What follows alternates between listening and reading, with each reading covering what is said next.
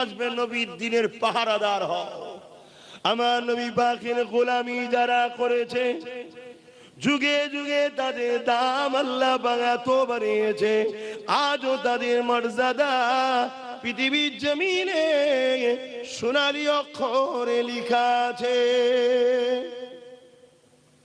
হাবশি দেশের একটা কালো যুবক, কি না ভাই দেখুন, আপনারা সবাই জানেন, দেখুন শুধু বলেছি হাবশি দেশের কালো যুবক, সবাই বলছে বেলাল। কে কে বলছেন যে জানি একটু হাত তুলে দেখান। দেখেন সবাই, কবেকার ঘটনা এটা? প্রায় 1450 বছর। সে কোন দেশের প্রেসিডেন্ট ছিল নাকি? সিএম ডিএম কিছু ছিল নাকি? বিরাট বড় ইন্টারন্যাশনাল খেলোয়াড় ছিল নাকি? কিচ্ছু ছিল না, শুধু মোহাম্মদ রসুলের গোলাম ছিল ব্যাস। 1450 বছর আগে সৌদির বুকে যাও, আজও সৌদি হুকুমতকে আফ্রিকান মানুষদের ঘরে আলাদা মর্যাদা দিতে হয়, কেন এরা বেলালের উত্তরসূরি, বেলালের বংশের লোক, তাই তাদেরকে আলাদা সম্মান দিতে হয়। জোরে বলুন সুবহানাল্লাহ। ভাবতে পারছেন? শুনছো তো আমার কথা, বুঝছো তো ভাই? তুমি যদি নিজের সম্মান বাড়াতে চাও, মূল্য বাড়াতে চাও, দাম যদি বাড়াতে চাও, একটাই জায়গা রসুলের গোলাম হও। নাই আমার দেশে কত প্রধানমন্ত্রী ছিল, তাদের কোনো দাম নাম গন্ধ চর্চা কিছু আছে? জোরে বলো। অথচ হাবশি দেশের বেলালের চর্চা কোটি কোটি জায়গায় হচ্ছে ডেলি, ঠিক না বেটি? তিনি ছিলেন একটাই পরিচয়, গোলাম হয়ে মক্কার বাজারে বিক্রি হয়েছে, আর তার উপরে অনেক জুলুম হচ্ছিল। একদিন সিদ্দিক আকবর খরিদ করে নিয়ে রসুলের দরবারে নিয়ে এলেন, আজাদ করে দিলেন। সে রসুলের কদমে নিজের জীবন কাটালো হুজুরের গোলামিতে। আল্লাহ তার সম্মান এত দিয়েছে, আল্লাহ নবী বলছেন, আমি যখন মেরাজে গিয়েছিলাম বেলালের পায়ের আওয়াজ জান্নাতে শুনেছিলাম। জোরে বলুন সুবহানাল্লাহ। এ বেলাল, আল্লাহু আকবার, এ বেলাল কি করেছো? হুজুর আপনার গোলামি করেছি। আল্লাহ নবী খুশি হয়ে বললেন, বেলাল তোমার জন্য একটা খবর আছে। কি খবর? ভাববেন, যে লোকটা, যে ব্যক্তিটা গরিব হওয়ার দরুন এ বাজারে ও বাজারে সে বাজারে এরম বিক্রি হতো, তখন মানুষ কিনা বেচা হতো, আমার নবী খরিদ করলো। আরে আবু বকরের যা সবটাই রাসূলুল্লাহ, আমরা তো সেই ঈমান রাখতে পারিনি, তিনাদের ছিল। নবীর গোলাম হওয়ার জন্য তার সম্মান কোথায় এবার শুনুন, অবাক হয়ে যাবে। তোমরা তো আল্লাহরে কোনো বাজারে বিক্রি হওয়া ছেলে নয়, তোমাদের বাপ দাদু সব ইসলামের। বেলাল হুজুরের বাপ দাদু গরিব মানুষ ছিলেন, তিনি বিক্রি হয়েছেন, হয়ে হয়ে হয়ে হয়ে রাসূলুল্লাহর কদমে এসেছেন, আর নবী তাকে কিনেছে এবং নবী সে গোলামি করেছে। করার দরুন সম্মান কত, আল্লাহ নবী বলছেন, বেলাল যেদিন কিয়ামত হওয়ার পরে জান্নাতে ঢোকা হবে, সর্বপ্রথম বেলাল তুমি কিন্তু জান্নাতে ঢুকবে। জোরে বলো। আল্লাহ নবীকে হযরতে বেলাল হুজুর বলছে, হুজুর আমার কি মাজাল আছে, হুজুর আপনি তো আগে যাবেন। আল্লাহ নবী বলছে, হ্যাঁ জান্নাতের দরজা আমার জন্যই খোলা হবে, কিন্তু যে সওয়ারির উপরে আমি থাকবো ওই সওয়ারির লাগাম বেলাল তোমার হাতে থাকবে। লাগাম যার হাতে থাকে সে পিছনে থাকে না আগে থাকে? তাহলে তুমি তো আগে পা রাখবে। জোরে বলুন সুবহানাল্লাহ। ভাবো আমার নবীর গোলামিতে মানুষকে কোথা থেকে কোথা নিয়ে যায়। তোমরা কি হবে না আমার নবীর গোলাম? আহারে আল্লাহ নবী যেদিন কাবাকে ফতেহ করলেন, আল্লাহর কাবা যেদিন বিজয় হয়ে গেল, ওই সময় আমার রাসূলুল্লাহ সাহাবা হুজুরদেরকে নিয়ে আল্লাহ পাকের কাবার ওখানে হাজির হয়ে রয়েছে। মক্কা জালিমাত্তাচারীরা সবাই ঘিরে দাঁড়িয়ে রয়েছে। আল্লাহ নবী বলেছেন, বেলাল আযানটা দাও। ওই সময় কয়েকজন আগে এসে বললেন, ইয়া রাসূলুল্লাহ হাবিবাল্লাহ, আজ মক্কার মুশরিক জালিম অত্যাচারী সম্ভ্রান্তরা রয়েছে, এখানে বেলালকে না দিয়ে অন্য কাউকে দেয়া যাক। আল্লাহ নবী বললেন, সাহাবারে খবরদারে কথা দ্বিতীয়বার বলবে না। আমার দুঃখের দিনের সাথী হলো বেলাল, আজকে সুখের দিনে বেলালকে আমি ভুলে যেতে পারি না। একটা গোলামকে আল্লাহ রসুল কোথায় মর্যাদা দিচ্ছে দেখে। এ বেলাল, তুমি আজান দাও, তুমি আজান দাও, তুমি আজান দাও। আরে আমরা অনেক সময় করে ফেলি, কোন বড় অনুষ্ঠানে দেখবেন সারা জীবন যে আমার ছোটখাটো মজলিসে কেরাত দিয়ে শুরু করলো, কি আজান দিত, একটা বড় প্রোগ্রাম হলে তখন স্পেশাল কারিকে দিয়ে উদ্বোধন করায়। এটা আমরাও করে ফেলি, কিন্তু আল্লাহ রসুলের ইনসাফ দেখো। আল্লাহ নবী বলছে না, বেলাল দেবে। সব সময় বেলাল আজান দিয়েছে, আজকে সুখের দিনে কেন আমি রসুল বেলালকে ভুলে যাব? কি ভালোবাসা দেখো। এ যুবকেরা, হযরতে বেলাল আগে আসলো। আল্লাহ নবী বলতে লাগলেন, বেলাল আযান দাও। ইয়া রাসূলুল্লাহ হাবিবাল্লাহ, মদিনা জমিনে কখন বাইতুল মুকাদ্দাসের দিকে ফিরে আযান দিয়েছে, আবার কখনো কাবার দিকে ফিরে আযান দিয়েছে। ইয়া রাসূলুল্লাহ হাবিবাল্লাহ, এই কাবার সামনে দাঁড়িয়ে এবারে কোন জায়গায় ফিরে আযান দেব? আল্লাহ নবী বেলালকে কাবার সাথে তুলে দিলে, দিওয়ার পরে বলতে লাগলেন, আযান দাও। ইয়া রাসূলুল্লাহ হাবিবাল্লাহ, আমি কাবার সাথে দাঁড়িয়ে আছি, কোন দিকে ফিরে আযান দেব?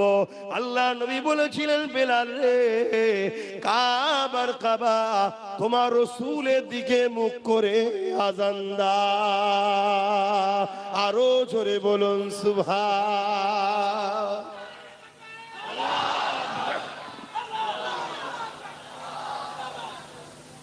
হাজার হাজার সব মক্কার ভিআইপিরা দাঁড়িয়ে দাঁড়িয়ে দেখছে, দেখে সব আলোচনা করছি যে মুহাম্মদ সাল্লাল্লাহু আলাইহি ওয়াসাল্লাম দেখ, একটা হাফসি দেশের কালো গোলামকে দিয়ে কাবার মাথায় তুলে আযান দিচ্ছে। আল্লাহর ঘরের মাথায় উঠে পড়েছে বেলাল হুজুর। কিসের বাদাউলতে? মুহাম্মদ সাল্লাল্লাহু আলাইহি ওয়াসাল্লামের গোলামির পাওয়ারে। জোরে বলুন সুবহানাল্লাহ। এ যুবক, তোমরা আমার নবীর গোলাম হয়ে যাও। আল্লাহ তোমাকে কোথা থেকে কোথা নিয়ে যাবে তুমি ভাবতে পারবে না। এমন কোন রাত যেন তোমার না যায় নবীর উপরে দরুদ পড়ে তুমি ঘুমাচ্ছ না। মনে থাকবে তো? যখনই একা হবে তুমি মিস করো, স্মরণ করো তোমার নবীর কথা। যাহারে সারা জীবন নবী আমার আমাদের জন্য কেঁদেছে, আজও নবী আমার রওজা মোবারকে আমার আপনার জন্য কাঁদতেছে। এইভাবে তুমি স্মরণ করো, আল্লাহ নবী আমাদেরকে কত পিয়ার করেছে, আল্লাহ নবী আমাদেরকে কত ভালোবেসেছে, সারা জীবন নবী আমাদের জন্য কেঁদেছে। হে যুবকেরা, তরুণেরা, বাপেরা, আজও নবী আমাদের জন্য কাঁদতেছে। আল্লাহ নবী ইনসাফের জন্য কত কষ্ট করেছে, আল্লাহ নবী ইনসানিয়াতের জন্য কত কষ্ট করেছে, আল্লাহ নবী নাইকে প্রতিষ্ঠিত করার জন্য কতটা কষ্ট করেছে। এইগুলোকে তুমি স্মরণ করো। সেই নবীর উম্মত হয়ে আমি গান শুনতে যাব না, সেই নবীর উম্মত হয়ে আমি ফাংশনে যাব না, সেই নবীর উম্মত হয়ে আমি পরের হক মারব না, সেই নবীর উম্মত হয়ে আমি শরাব পান করব না, সেই নবীর উম্মত হয়ে নবী যেটা নারাজ করে ওই কাজ আমি করব না। আমার নবীর দুশমন যারা তাদের সঙ্গে আমরা দলও করব না। এইভাবে নিজেকে নিজে বুঝাও, নিজেকে নিজে পরিবর্তন করো যে আমার উচিত নবী দ্বীনের প্রতিষ্ঠান, মসজিদ, মাদ্রাসা, কবরস্থান, ঈদগাহ, ওয়াকফকে বাঁচানো। তা না করে যে মিটাতে চাইছে তাদের সঙ্গে সাথ দিতে পারবো না। এইভাবে নিজেকে নিজে বোঝাও, শুধু পরিবর্তন হবে তা নয়। এই যুবকেরা, তরুণেরা, আল্লাহ পাক তোমাকে একটা রুহানি ক্ষমতা দেবে, ইমানি ক্ষমতা দেবে। আজকে যে তোমার উপরে জুলুম করছে, মনে রেখে দিও কাল তোমাকে সে দেখে ভয় খেয়ে অন্য দিক দিয়ে ঘুরে ঘুরে যেতে থাকবে। কত সমালোচনা হয় না? জাগো যুবকরা, নবীর হও, নবীর হও। আল্লাহ তোমাদেরকে শ্রেষ্ঠ উম্মত করলো, শ্রেষ্ঠ জাতি করে পাঠালো। উম্মতে মুহাম্মাদির ঘরে পাঠালো, কত নিয়ামত আল্লাহ ঘরে পাঠিয়েছে। মদ খাবার জন্য, হারাম খাবার জন্য, সুদ খাবার জন্য, এতিম গরিবের মাল ছেড়ে খাবার জন্য পাঠিয়েছে আল্লাহ। তোমাকে আমাকে আল্লাহ শ্রেষ্ঠ উম্মত করল ভাবো। অথচ আজও তোমার নবী রওজা মুবারকে তোমার আমার জন্য কাঁদছে। তোমার কি আর বড় মনে পড়ে না সেই নবীর কথা, যে আমি ভালো কাজ দিয়েছি, হয়তো হালকা বসে করে উঠতে পারিনি, কমসে কম আমার নবীর দিনের ক্ষতি করব না। কিন্তু আজ আমরা ক্ষতিকারক হয়ে গেলাম। তো আমাদের জন্যই তো জালিমরা ক্ষমতায় আসে, আর আমাদের জন্যই তো জালিমরা আজকে ইসলামকে ক্ষমতার জোরে মিটাবার চেষ্টা করছে। কথা কি ভুল বলছি? অথচ সারা জীবন নবী আমার তোমার আমার জন্য কেঁদেছে। আজ রওজা মুবারকে রাসূলুল্লাহ কাঁদতেছে। এ যুবক শুনে রেখে দাও, যেদিন আল্লাহ পাক কিয়ামত ঘোষণা করে দেবে, হযরত জিবরাইল আলাইহিস সালাম কে আল্লাহ পাঠাবে। এ জিবরাইল দুনিয়া জমিনে গিয়ে আমার হাবিবকে যে উঠিয়ে নিয়ে আসো। হযরত জিবরাইল আলাইহিস সালাম দুনিয়া জমিনে চলে আসবে, তাম পৃথিবী থেকে তন্ন তন্ন করে খুঁজবে, কারণ এই জমিনের উপরে গাছপালা থাকবে না, এই জমিনের উপরে ঘরবাড়ি থাকবে না, কেননা কুল্লু মান আলাইহা ফান, আল্লাহ পাক সব ফানা করে দেবে। এ আমার রাসূলুল্লাহ কোন জায়গায় রয়েছে? হযরত জিবরাইল আলাইহিস সালাম খুঁজে পাবে না, আল্লাহ পাককে জমিন থেকে আওয়াজ দিতে লাগবে, ও রব্বি আল্লাহ পাক, আপনার হাবিব কোথায় রয়েছে? আমি জিবরাইল খুঁজে পাচ্ছি না। আল্লাহ পাক বলতে লাগবে, জিবরাইল রে, দুনিয়া জমিনে কান লাগিয়ে লাগিয়ে শোনো, যে জায়গা থেকে দেখবে কান্নার আওয়াজ আসছে, ওই জায়গাতে আমার হাবিব তিনার গুনাহগার উম্মত উম্মতিদের নাজাতের জন্য কাঁদতেছে। আরো জোরে বলুন সুবহান। একবারও কি তোমার চোখ দিয়ে সেই নবীর জন্য পানি পড়েছে? একবারও কি তোমার দিল বলেছে যুবক, যে আমার নবী এই ইসলামের জন্য মার খেয়েছে, আমার নবী এই মসজিদ মাদ্রাসার জন্য মার খেয়েছে, আজকে সেই মসজিদ মাদ্রাসা মিটাবার আসামি আমরা? আমরা এই যে সরকারকে জিতালাম, সে সরকার আজকে মসজিদ মাদ্রাসার সঙ্গে গাদ্দারি করলো না? করলো না? একবারও কি তোমার কথা মনে পড়েছে যে আমার রাসূল পাহাড়ে গিয়ে গাছের পাতা ফলমূল খেয়ে জীবন ধারণ করেছে? তোমার দিলে যদি নবীর প্রেম না থাকে, ইশক না থাকে, কিসের তুমি ঈমানদার, কিসের তুমি মুসলমান? ঈমান কাকে বলে? ঈমান হলো নবীর প্রেম ও মোহাব্বত, আদবের নাম। জোরে বলুন সুবহানাল্লাহ। এই যে গাছ দেখছো, এই গাছের ডাল, পাতা, ফল, মূল, এগুলো হলো আমল নামা, রোজা, দাড়ি, টুপি, হজ, যাকাত। আর এই গাছের মাটির তলায় যেটা আছে মূল, ওটা হলো ঈমান। বুঝাবার জন্য বলছি, যেমন মাটির তলায় আছে, আমাদেরও ভেতরে গোপনে থাকে। আর নামাজ, রোজা, দাড়ি, টুপিটা হলো এই ডালপালা গুলো। ডালপালা একেবারে শেষ হয়ে যাবে যদি মূলটা শেষ হয়ে যায়।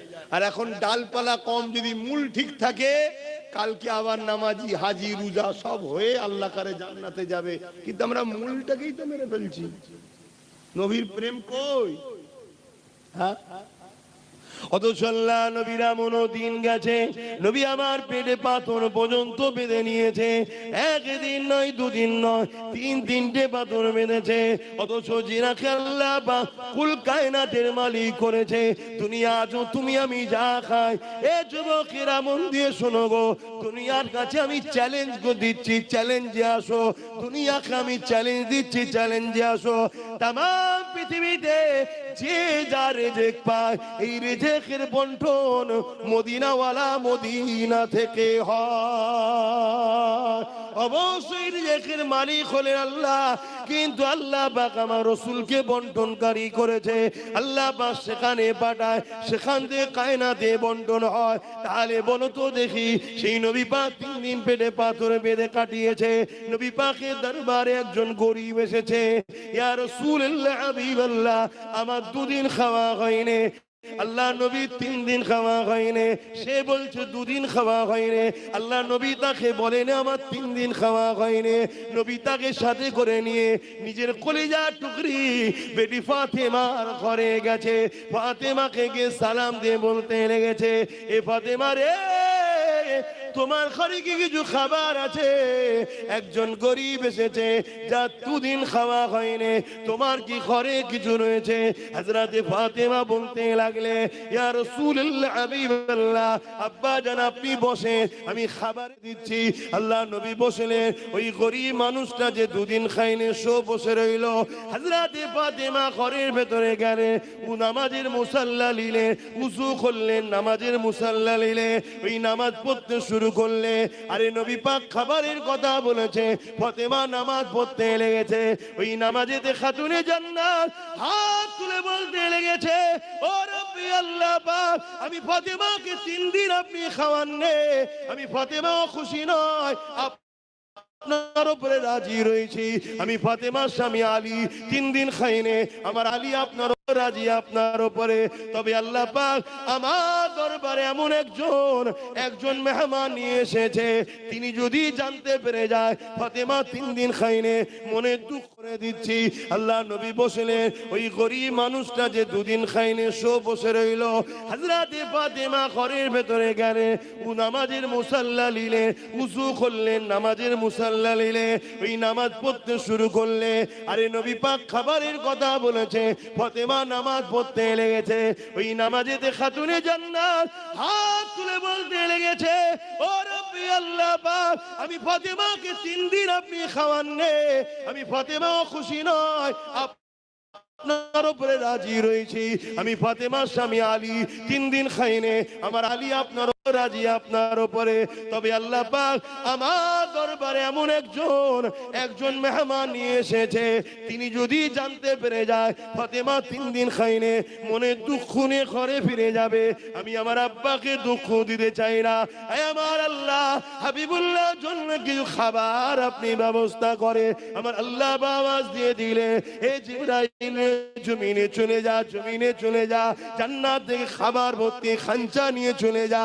আমার ফাতেমা দরবারে গিয়ে ওই জান্নাতি খানা খেয়ে পৌঁছে দে। আরো জোরে বলুন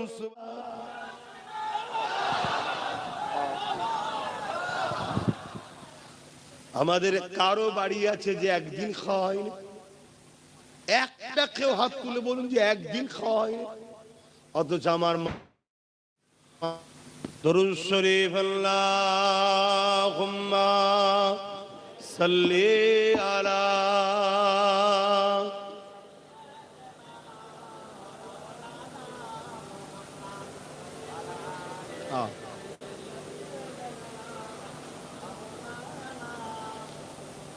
যাদের হৃদয়ে আছে আল্লাহর ভয়, তারা কখনো নবী ভুলে যায় না। আল্লাহর প্রেম ছাড়া এই দুনিয়া কারো কাছে কোনো কিছু চাই না। প্রকৃত সাকসেসফুল তো এইটাই, যেন আমার আল্লাহ ও রসুলকে আমরা রাজি করতে পারি।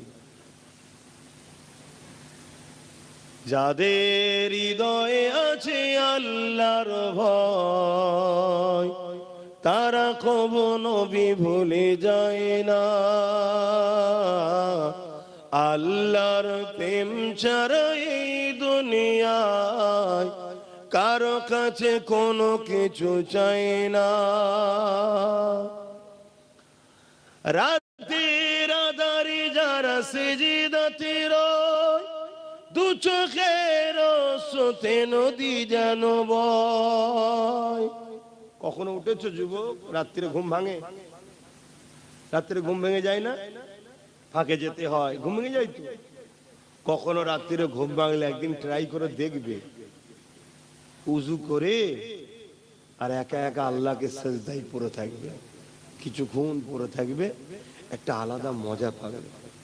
চোখ দিয়ে অঝরে পানি বেরিয়ে যাবে, তুমি রুখতেই পারবে না। তুমি বুঝতেই পারবে না তোমার হাজারো ব্যথা কোথায় গেল। তোমার রবের সেজদায় চোখের পানি ফেলা, কিয়ামতের দিন জাহান্নামের আযাব থেকে বাঁচার ওই যে জাহান্নাম তেড়ে তেড়ে যে আসবে। গতকাল কি তো ওয়াজ করেছিলাম, শুনেছেন তো? অনেকে লাইভও শুনেছে। ওই জাহান্নামকে সরাবার একটাই উপায়, আমাদের চোখের পানি আল্লাহ নবীকে দেবে, নবীটা নিক্ষেপ করবে, জাহান্নাম হাজার হাজার মাইল দূরে সরে যাবে। জোরে বলুন সুবহানাল্লাহ।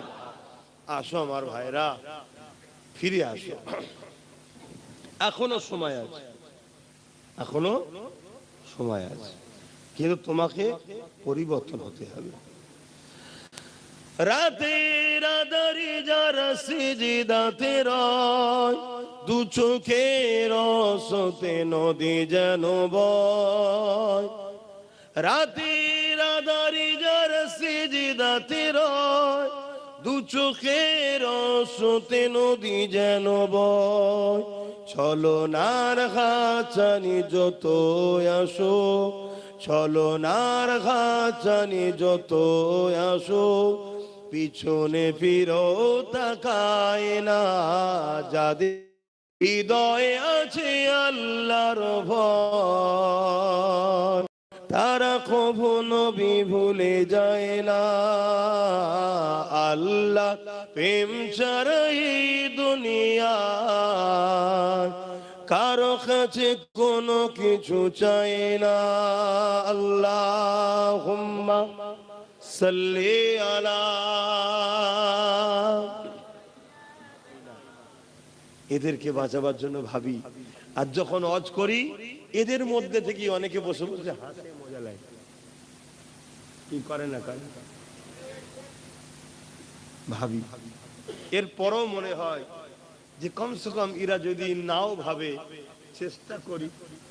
ওই যে বসে আছে,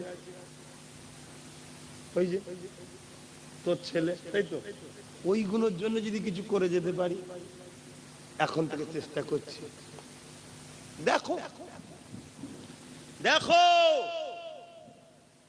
ফাইসাল্লাহ আল্লাহর হাতে, আমার তো কাজ চেষ্টা করা, তুমিও চেষ্টা করো। আসেন যে আলোচনা করছিলাম, কি আলোচনা করতে গিয়ে আজান হয়ে গেল জানো?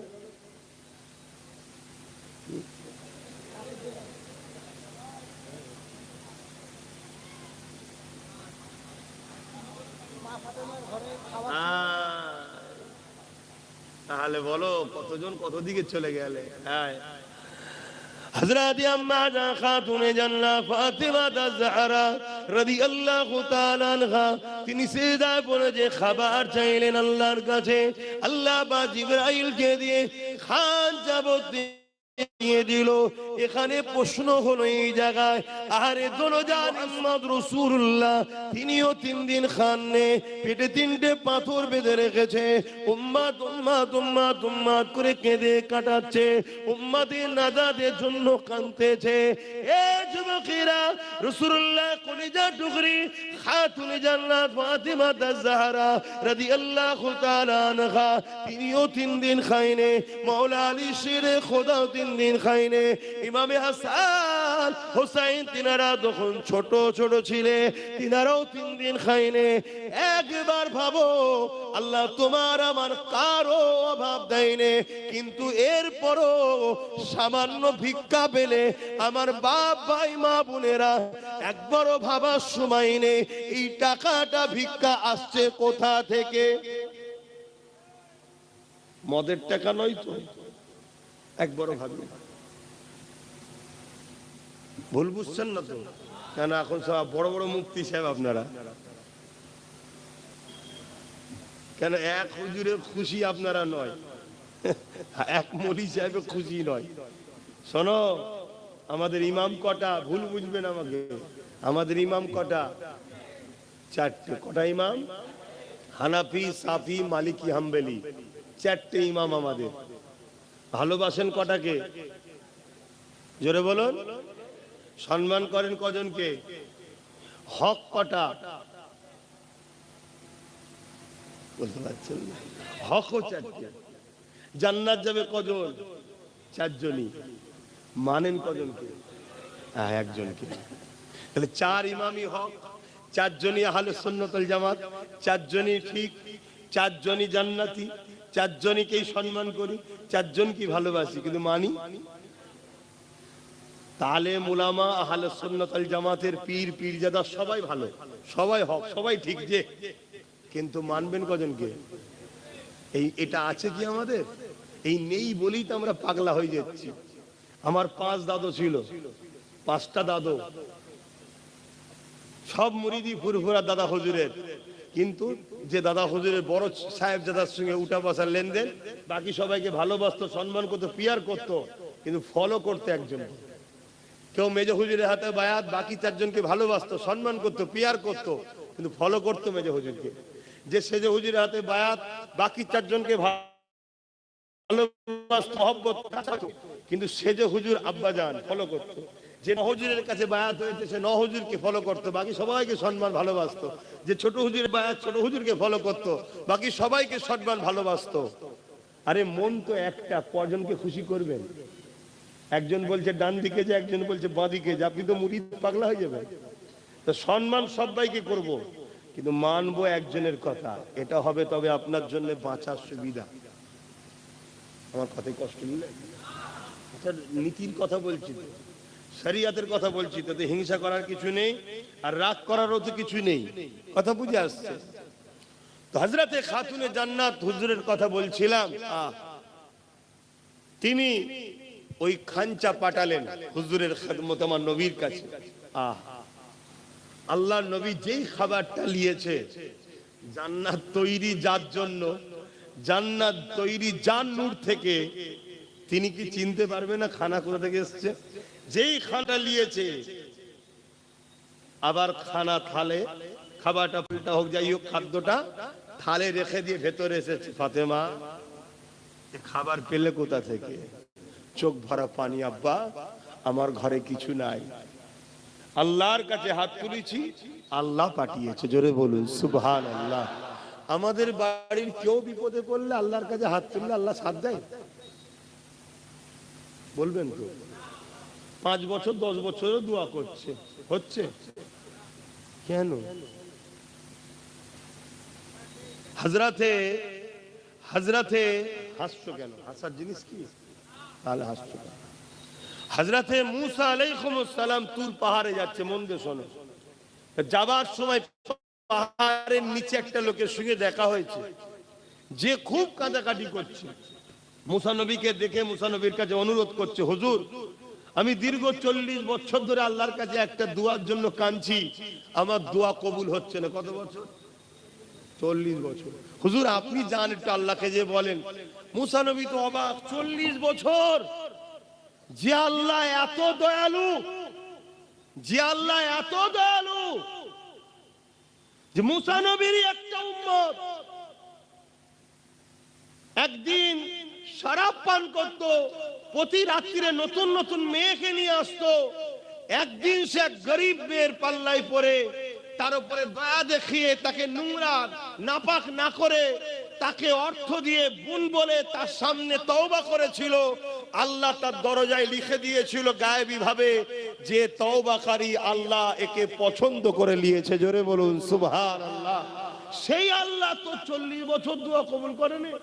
তো মুসা নবী গিয়ে বলছে, আল্লাহ ওর দোয়াটা কবুল করেন। আল্লাহ বলছে ওর দোয়া কবুল করব না। কেন? ও হারাম খাই। কেন? কি খাই? তাহলে হারাম খেলে দোয়া কবুল? আল্লাহ মাফ করেন আমাদের। কি যে হচ্ছে জেনে অজেনে আল্লাহই জানে। অনেকে অজানাতেও তো খেলছে। এই যে বিস্কুট বাজার থেকে কিনে খাচ্ছি, ওর মধ্যে কি দিয়ে রেখেছেন কে জানে। একদিন সোশ্যাল মিডিয়ায় দেখলাম চায়ের সাথে গোবর মিশাচ্ছে। আমি সেই দিন থেকে চা খাওয়া ছেড়ে দিয়েছি। কথা বুঝে? আরো কত কি করছে। আমাদেরকে শেষ করার জন্য কিভাবে উঠে পড়ে লেগেছে। তো সেই জায়গায় আমরা কি একটু ভাবছি যে কিভাবে বাঁচবো? কমসে কম ডেলি তো তওবা করো, ডেলি তো আল্লাহর কাছে পানাহ চাও। কমসে কম ইচ্ছা করে ভুল যেন না হয়, ইচ্ছা করে যেন হারাম না খাওয়া হয়। এটা বাস্তব কথা বলছি। অনেক সময় অনেক পার্টির পক্ষ থেকে পিকনিক দেওয়া হয়, ফ্রিতে খাওয়ানো হচ্ছে। খোঁজ নিয়ে দেখেছো কিসের পয়সা? জবাই করে না, ঝটকা দিয়া না, কাটা খোঁজ রেখেছো? তুমি আমি তো গিয়ে বসে গেলাম। ভাবো আমার সোনার ভাইয়েরা, কি ক্ষতি করছি তো নাকি? যে এই হুজুরের পাল্লায় পড়লে শুকিয়ে মরতে হবে, খাওয়াই হবে না। আমি ওটা বলছি, শখ যাচ্ছে 5টা বন্ধু মিলে 200 করে টাকা এক জায়গায় দিয়ে 1000 টাকা দিয়ে মুরগি কিনে নিয়ে এসে মালতানে নিজেরা জবাই করে একসাথে ফিস্টি করে পিকনিক করে খেলো না, কে মানা করেছে? কিন্তু ওই জায়গায় গান বাজালে হবে না, গান বাজালেই হারাম হয়ে যাবে। হযরতে ফাতেমা হুজুরের সংসারের খবর শোনো তাহলে কেমন হলো। এমনি তারা জান্নাতি নারীদের সর্দার হয়নি। আরো একটা খাতুনে জান্নাতের কথা বলছি। এ যুবকেরা, তরুণেরা, হযরতে ফাতেমা আয-জাহরা রাদিয়াল্লাহু তাআলা আনহা দুনিয়া থেকে চলে যাওয়ার সময় হয়েছে। হযরতে মাওলা আলীর কোলে, স্বামীর কোলে মাথা দিয়ে হযরতে ফাতেমা আয-জাহরা রাদিয়াল্লাহু তাআলা আনহা রয়েছে। এমন করে চোখকে বন্ধ করে রেখেছে, একেবারে দুনিয়া থেকে চলে যাবার শেষ সময় হয়ে গেছে। হযরতে মাওলা আলী কাঁদে, স্ত্রীর মাথাতে হাত বুলাতে লাগে, খাতুনে জান্নাতকে বলতে লাগে, এই ফাতেমা, জীবনে কোনোদিন আমার কাছে কোনো বাইনা তুমি করলে না, জীবনে কোনোদিন আমার কাছে কোনো জিনিস তুমি চাইলে না, কোনো জিনিস চাইলে। যে হালে স্বামী রেখেছে, স্বামী তো রাখে না, রেখেছে কে?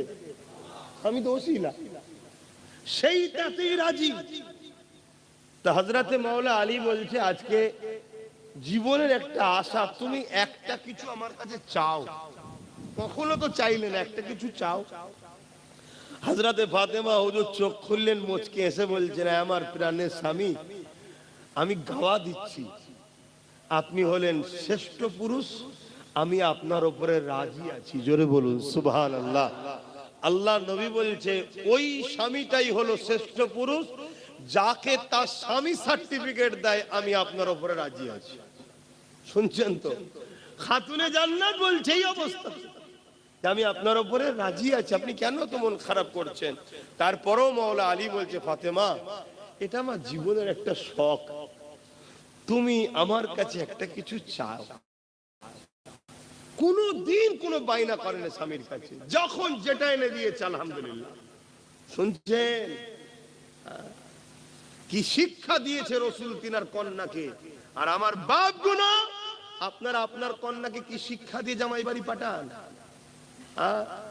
জামাই বইয়ের টেনশনে রাস্তায় অ্যাক্সিডেন্ট করে মারা যাচ্ছে, হাজার হাজার যুবক মরে যাচ্ছে পরিবারের টেনশনে, পুরুষদের হায়াত কমে যাচ্ছে, স্বামীর হায়াত কমে যাচ্ছে নারীদের অত্যাচারে। মানসিক টেনশন হলো সব থেকে বড় টেনশন। এই টেনশনের কারণে স্বামীর পুরুষরা আগে মারা যাচ্ছে, হায়াত কমে যাচ্ছে। এর জন্য কিয়ামতের দিনে বাপেদের ঘরে আল্লাহ ধরবে। কিয়ামতের দিন কি ট্রেনিং দিয়েছে মেয়েকে? আমার কথা খারাপ লিখছেন না তো বাপ জানেরা? আমাদের প্রবাদ বাক্য একটা সমাজে আছে, কি পুরুষরা নারী কন্যা সন্তান পুত্র সন্তানের থেকে বাপকে বেশি ভালোবাসে, কি আছে না নাই? আর সত্য কথা, পুত্র থেকে বাপকে মেয়ে সন্তান বেশি ভালোবাসে, সত্য কথা, মিথ্যা বলছি না। কিন্তু অপর দিকে এটা খেয়াল করে দেখেছেন, 100-র মধ্যে 95টা বাপ যদি জাহান্নামে যায়, কন্যার জন্য যাবে। এটা খেয়াল করে দেখেছেন? কারণ আজকালকার কন্যাগুলো যেভাবে পার্কে ঘুরছে, যেভাবে সেলফি তুলছে, যেভাবে ফেসবুকে ছবি ছাড়ছে, যেভাবে ড্রেস করছে, এই সব জবাব বাপকে দিতে হবে। শুনছেন তো?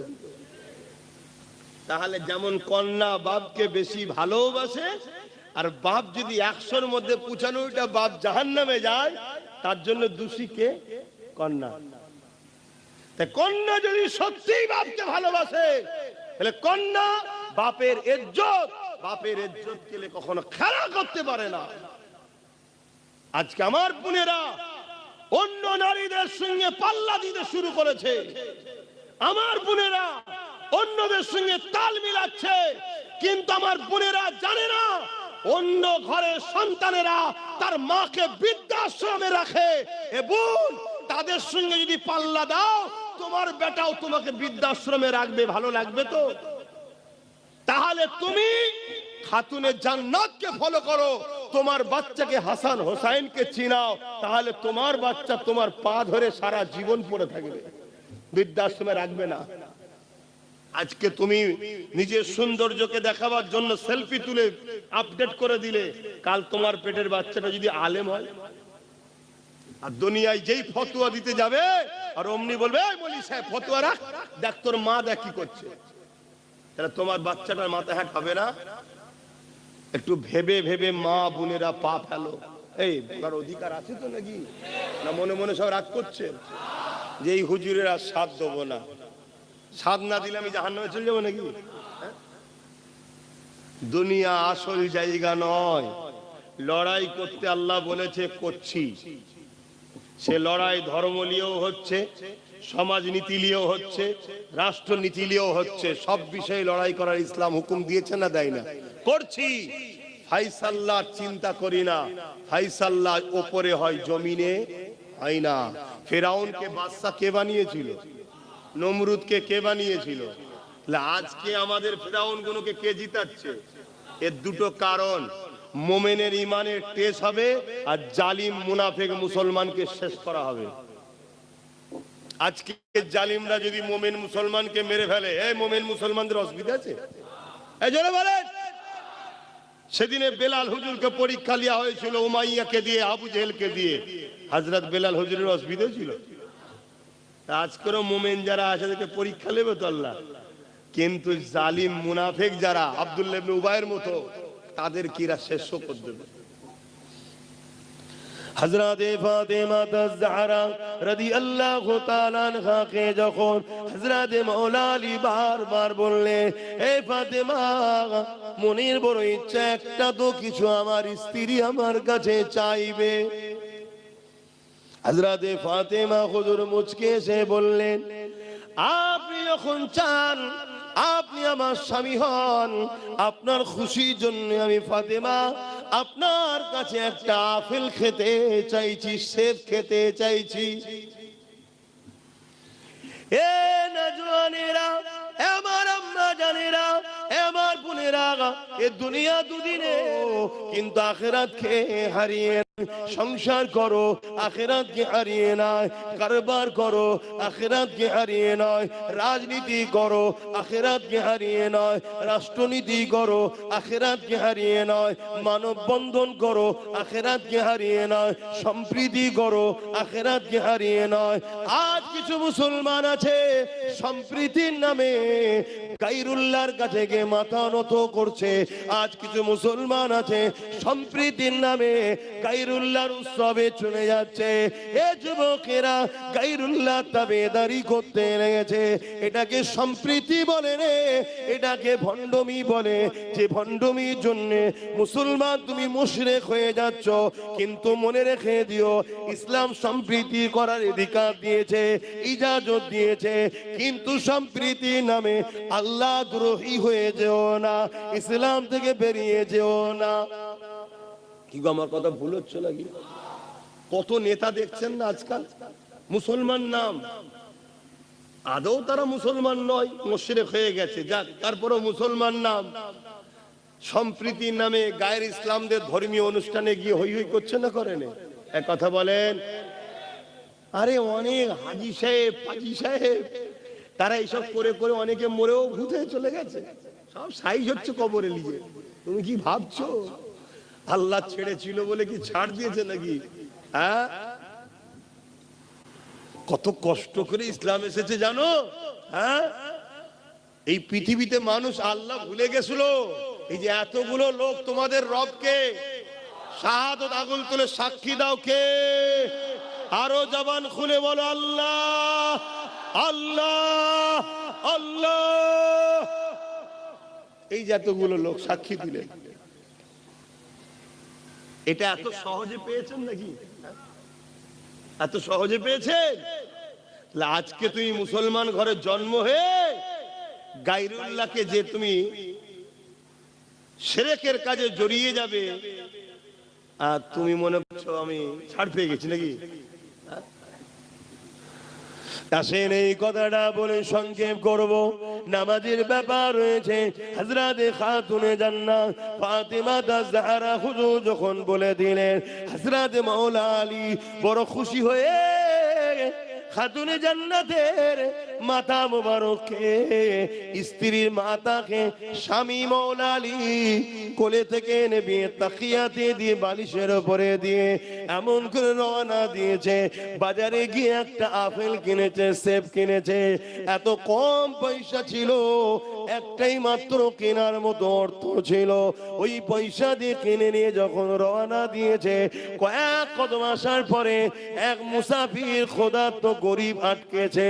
ও নবীর জামাতা, ও হযরতে মাওলা আলী, আয় আলে বায়াত মাওলা আলী, আমি বড় ক্ষুধার্ত, তোমার হাতের আপেলটা আমাকে খেতে দাও। পরীক্ষা শুরু হলো আল্লাহ। শুনছেন? আল্লাহর পরীক্ষা শুরু হয়ে গেল। এ নজওয়ানেরা, হযরতে মাওলা আলী মনের মধ্যে হচ্ছে, আরে জীবনের প্রথম আমার ফাতেমা, আমার স্ত্রী আমার কাছে একটা আপেল খেতে চেয়েছিল, এদিকে গরিবটা আবার ক্ষুধার্ত চাইছে। দিনের মনের মধ্যে তুফান চলতে লেগেছে। ফাতেমাকে দ্বিতীয় কিনে দিবার মতো অর্থ পয়সা নাই। আরে আল্লাহ আমাকে গাড়ি দিয়েছে, বাড়ি দিয়েছে, কি না দিয়েছে, তাদের উসিলাতে পেয়েছি। কমসে কম ইসলামের যদি উপকার করতে না পারো, যুবকরে ক্ষতি করো না, আর ক্ষতিকারকদের সঙ্গে দলটা করো না। এই যুবকেরা, তরুণেরা, বাঁচাবার জন্য বলছি, লিবার হয় নেবে, না নিবার হয় নাও নেবে, জবাব আল্লাহর কাছে দেবে। হযরতে ফাতেমা জাহরা রাদিয়াল্লাহু তাআলা আনহার কথা বারবার মনে পড়ে। হযরতে মাওলা আলী শত শেষে ফয়সালা করে ফেললো। ওই ফলটাকে নিয়ে চোখ ভরা পানি নিয়ে ওই গরিব মুসাফিরকে দিয়ে দিল। এই যুবকেরা, তরুণেরা, মন মরা করে চোখ ভরা পানি নিয়ে হযরতে ফাতেমা হুজুরের কাছে হযরতে মাওলা আলী এসে হাজির হয়ে যায়।